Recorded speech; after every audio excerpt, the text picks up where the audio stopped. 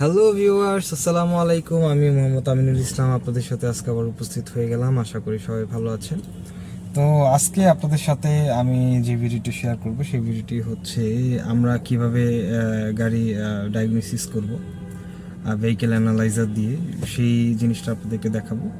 তো এই মুহূর্তে আমি একটি টয়োটা হাইস গাড়িতে বসে আছি। তো এই হাইস গাড়িটি আমার গাড়ির হচ্ছে ইঞ্জিন চেক ল্যাম্প জ্বলতেছে, তো সেজন্য আমি গাড়িটি ডায়াগনোসিস করব। তো ডায়াগনোসিস কিভাবে করতে হবে সেই জিনিসটা আপনাদেরকে আমি দেখাবো। তো সম্পূর্ণ ভিডিওটি সবাই দেখবেন। আর আমাদের চ্যানেলটি যারা সাবস্ক্রাইব করেনি অবশ্যই আমার চ্যানেলটি সাবস্ক্রাইব করবেন, পাশে থাকা বেল বাটনটি অবশ্যই প্রেস করে দিবেন। আসসালামু আলাইকুম। তো ভিউয়ার্স, দেখতে পাচ্ছেন সর্বপ্রথম আমাদের যে জিনিসটা লাগবে সেটা হচ্ছে একটি ডায়াগনস্টিক টুলস লাগবে। তো আমার হাতে একটি ডায়াগনস্টিক টুলস রয়েছে, সেটা হচ্ছে ইডুটেক্সের ভি প্যাকার E4 মডেলের একটি ডায়াগনস্টিক টুলস। তো এটা আমার আমি এটা সফটওয়্যারটিকে হচ্ছে আমি এই ট্যাবের মধ্যে ইনস্টল করে নিয়েছি। দেখতে পাচ্ছেন ইডুটেক্সের সফটওয়্যার এখানে আমি ইনস্টল করে নিয়েছি। তো এই ডিভাইসটি দিয়ে হচ্ছে আমি আমার এই গাড়িটি ডায়াগনোসিস করব। দেখতে পাচ্ছেন গাড়িটিতে হচ্ছে চেক বাতি চলতেছে।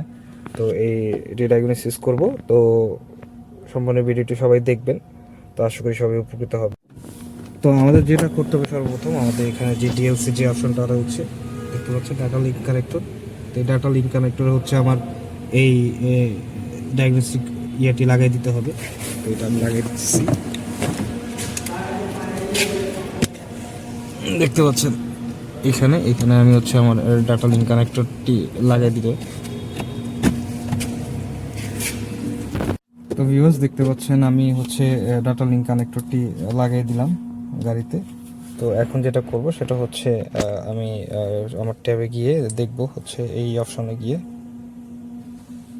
তো এখানে দেখতে পাচ্ছেন অপশন চলে আসছে, ডায়াগনোসিসের অপশন চলে আসছে। তো এখানে আমি ডায়াগনোসিস দিব। তো আমি যেহেতু টয়োটা ব্র্যান্ডের গাড়ি এটি, তো টয়োটা ব্র্যান্ডের হচ্ছে ইয়ে করব। তো এখানে vehicle auto scan, vehicle manual selection এই অপশনগুলো আছে। তো আমি ভেহিকেল অটো স্ক্যান দিয়ে ট্রাই করব। তো দেখতে পাচ্ছেন কমিউনিকেশন হচ্ছে। তো এখানে আমি হচ্ছে যেহেতু এটা জাপানিজ মডেলের গাড়ি, তো জাপানিজ মডেল দিয়ে ট্রাই করলাম। করার পরে হচ্ছে এখন আমি এটা 2005-এর উপরের মডেল, সেক্ষেত্রে এটা মডেল সিলেক্ট করে দিব উইথাউট স্মার্ট কি। তো নেক্সট দিলে হচ্ছে আমি আমার গাড়িতে প্রবেশ করতে পারবো, যে সিস্টেমটি আছে।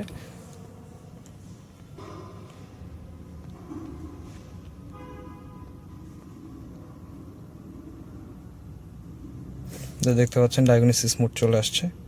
তো এখানে তিনটি অপশন রয়েছে, যেটা হচ্ছে পাওয়ার train, chassis, body, quick test. তো আমি কুইক টেস্টে ক্লিক করব। কুইক টেস্টে ক্লিক করলে হচ্ছে আমার যতগুলো সিস্টেম আছে সব সিস্টেমগুলো এখানে আমি দেখতে পাবো। দেখতে পাচ্ছেন ইঞ্জিন সিস্টেমে দুইটি ডিটিসি রয়েছে, কোড রয়েছে।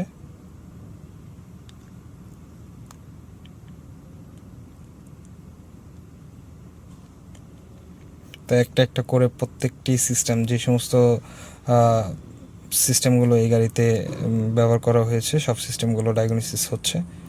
দেখতে পাচ্ছেন পার্সেন্টেজ শো করতেছে।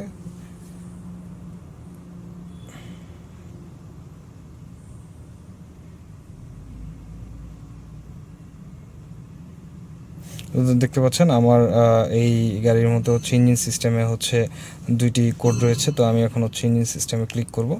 তো ক্লিক করার পরে এখানে নেক্সট যে অপশন আছে সেই নেক্সট অপশনে ক্লিক করার পরে হচ্ছে ও আবার কমিউনিকেট করবে।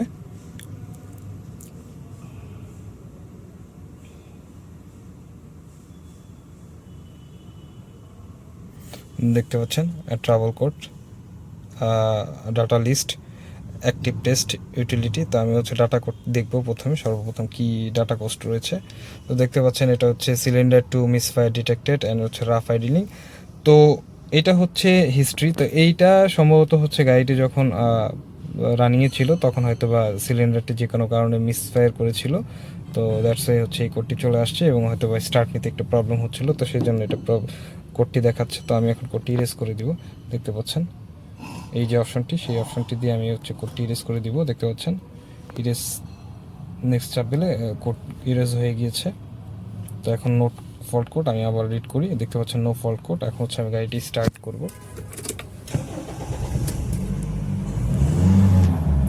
দেখতে পাচ্ছেন ভিউয়ার্স, আমার এতক্ষণ হচ্ছে যে ইয়াটি ছিল, চেক ল্যাম্পটি জ্বলেছিল, সে চেক ল্যাম্পটি এখন আর জ্বলে নাই,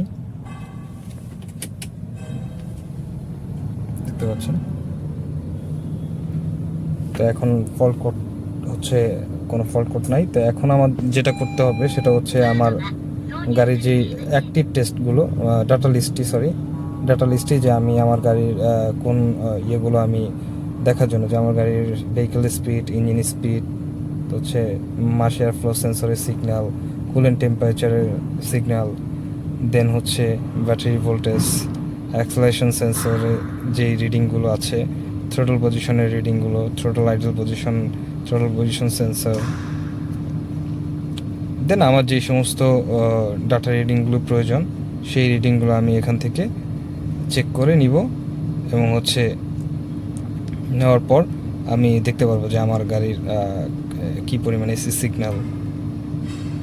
তো এই সমস্ত সিগন্যালগুলো আমি হচ্ছে অ্যাক্টিভ ডাটা রিডিংগুলো দেখব, দেখতে পাচ্ছেন। তো এখানে আমার সব রিডিংগুলো চলে আসছে, দেখতে পাচ্ছেন। ভেহিকেল স্পিড যেহেতু এখন আইডিয়াল আছে, তো ভেহিকেল স্পিড নাই। দেন হচ্ছে ইঞ্জিন হচ্ছে আপনার 7,700 প্লাস আরপিএমে চলতেছে। মাস এয়ারফ্লো মানে হচ্ছে এয়ারফ্লোর যে রিডিংটা দেখতে পাচ্ছেন, আমি এক্সেলারেশন দেওয়ার সাথে সাথে এয়ারফ্লো রিডিংটি বাড়তেছে, আরপিএমটি বাড়তেছে, দেখতে পাচ্ছেন। অ্যাক্সেলারেশন সেন্সরের যে ভোল্টেজগুলো কাজ করতেছে ঠিকভাবে। আইডল পজিশন অন, দেখতে পাচ্ছেন আইডল পজিশন অন। এখন আমার গাড়িটি আইডেলে আছে, আমি যদি অ্যাক্সেলারেশন দিই তাহলে দেখবেন আমার আইডল পজিশনটি অফ হয়ে যাবে, দেখতে পাচ্ছেন। তো অনেক ক্ষেত্রে দেখা যায় যে আমাদের আইসি ভালভে অনেক প্রবলেম হয়, বা থ্রোটল রিলেটেড বিভিন্ন প্রবলেম হয়। তো সেই ক্ষেত্রে আমরা এটা দিয়ে চেক করতে পারি। যদি আমার আইডল পজিশনটি যদি আইডেলে অন থাকে তাহলে বুঝতে আমার আইডল ভালভটি কাজ করতেছে, আইসি ভালভটি কাজ করতেছে। আর যদি এটি ঠিকভাবে কাজ না করে তাহলে বুঝতে হবে যে আমার আইসি ভালভটি কাজ করতেছে না। এসি সিগন্যাল অফ, দেখতে পাচ্ছেন এখন এসি সিগন্যাল অফ মোডে আছে। তো আমার এসি যখন কম্প্রেসরটি ধরবে তখন এসি সিগন্যাল অন হয়ে যাবে।